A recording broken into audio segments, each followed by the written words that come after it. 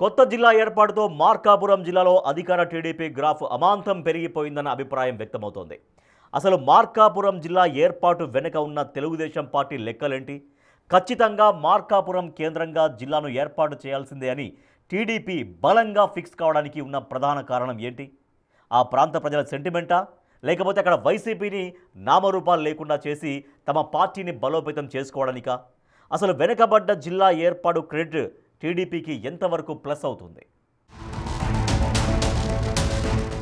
కూటమి ప్రభుత్వం కొత్త జిల్లాల ఏర్పాటులో భాగంగా పశ్చిమ ప్రకాశం జిల్లాలో ఉన్న 4 నియోజకవర్గాలతో కలిపి మార్కాపురం కేంద్రంగా కొత్త జిల్లాను ఏర్పాటు చేసింది. మార్కాపురం జిల్లా ఏర్పాటుతో ఆయా నియోజకవర్గాల్లో టీడీపీ బలం పెరుగుతుందన్న అభిప్రాయం వ్యక్తమవుతోంది. ఎంతో కాలంగా ఈ ప్రాంత ప్రజల సెంటిమెంట్ తో ముడిపడి ఉన్న కొత్త జిల్లా ఏర్పాటు వెనుక అంతర్లీనంగా టీడీపీకి పెద్ద ప్లానింగే ఉందని రాజకీయ పరిశీలకులు భావిస్తున్నారట. ఒకప్పుడు కర్నూలు జిల్లాలో అంతర్భాగంగా ఉన్న మార్కాపురం 1970లో జరిగిన జిల్లాల పునర్విభజనలో ప్రకాశం జిల్లాలో కలిసింది. రాయలసీమ నుంచి వేరుపడిన మార్కాపురం ప్రాంతం జిల్లా కేంద్రం ఒంగోలుకు సుదూరంగా ఉండటం వల్ల అభివృద్ధిలో వెనుకబడిందనే అసంతృప్తి ఈ ప్రాంత ప్రజల నుంచి నిత్యం వ్యక్తమవుతూనే ఉంది. దీంతో గత 5 దశాబ్దాలుగా ప్రత్యేక జిల్లా కోసం పశ్చిమ ప్రకాశం జిల్లాలోని మార్కాపురం ప్రాంతవాసులు ఉద్యమిస్తూనే ఉన్నారు. ఎట్టకేలకు వారి డిమాండ్ను టీడీపీ ప్రభుత్వం నెరవేర్చింది. ఈ జిల్లా పరిధిలో మార్కాపురం అసెంబ్లీ నియోజకవర్గంతో పాటు గిద్దలూరు, ఎర్రగొండపాలెం, కనిగిరి నియోజకవర్గాలున్నాయి. అది సీఎం చంద్రబాబు ఎన్నికల హామీ కూడా కావడంతో మార్కాపురం జిల్లా ఏర్పాటుకు గ్రీన్ సిగ్నల్ ఇచ్చారు.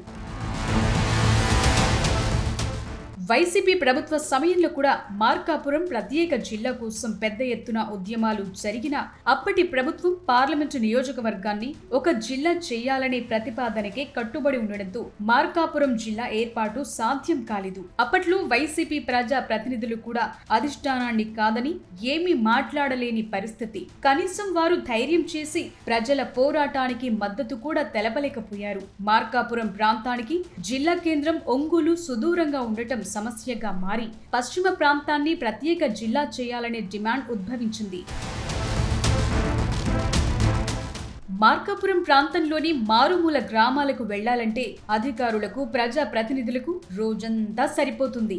దీంతో మార్కాపురం జిల్లా ఏర్పాటుకు సాధన సమితి పేరుతో పార్టీలకు అతీతంగా ప్రజలు ఐక్య కార్యాచరణతో ఆందోళన చేపట్టారు. కొన్ని నెలల పాటు ఉద్యమం సాగిన మార్కాపురం జిల్లా ఏర్పాటు కాలేదు. మరోవైపు గత కొంతకాలంగా పశ్చిమ ప్రాంతంపై వైసీపీ ఆధిపత్యం కొనసాగుతూ వస్తోంది.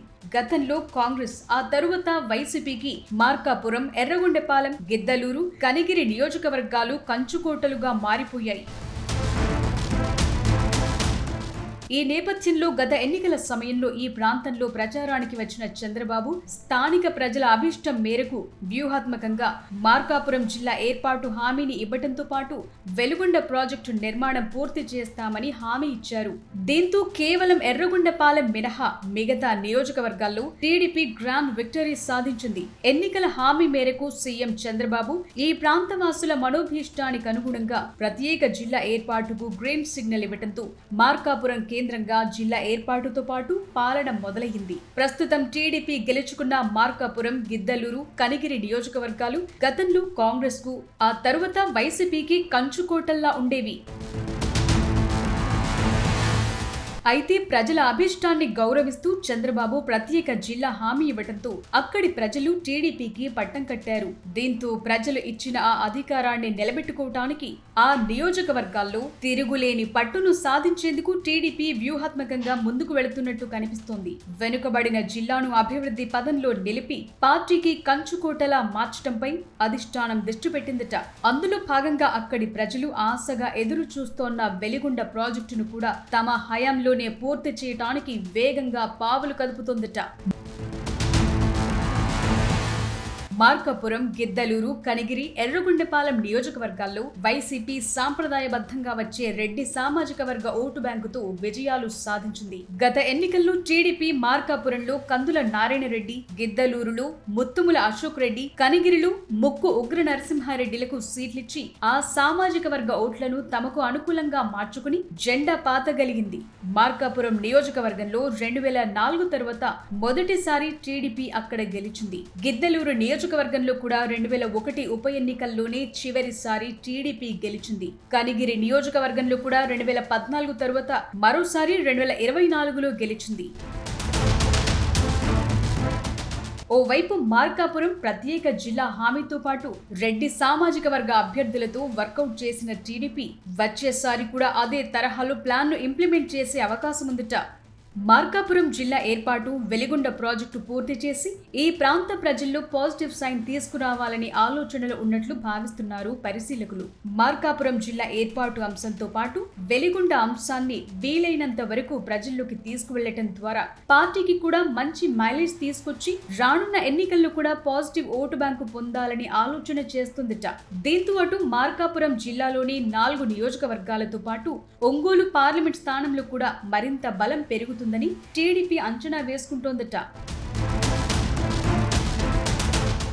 మార్కాపురం జిల్లా ఏర్పాటుతో ఇచ్చిన హామీని నిలబెట్టుకున్నట్లు అవటంతో పాటు ఇటు జిల్లాలో ఇచ్చిన సింపతితో రాజకీయంగా కూడా తమకు ఉపయోగం ఉంటుందని టీడీపీ శ్రేణులు లెక్కలేసుకుంటున్నాయట.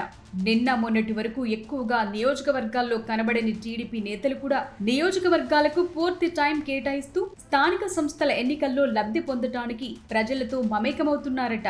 నూతన జిల్లా ఏర్పాటుతో పాటు జిల్లా అభివృద్ధిలో ప్రధాన పాత్ర పోషించే పశ్చిమ ప్రాంత వరప్రదాయిని వెలిగొండ ప్రాజెక్టు పూర్తి చేయటంపై కూడా పార్టీ అధిష్టానం గట్టిగానే దృష్టి పెట్టి ఆ దిశగా ప్రయత్నాలు కూడా ముమ్మరం చేసిందట.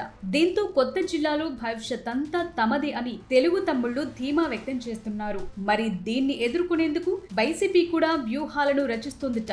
మరి మార్కాపురం జిల్లా క్రెడిట్ టీడీపీకి ఏ మేరకు ప్లస్ అవుతుంది? టీడీపీకి చెక్ పెట్టేందుకు వైసీపీ ఏం చేస్తుందనేది చూడాలి.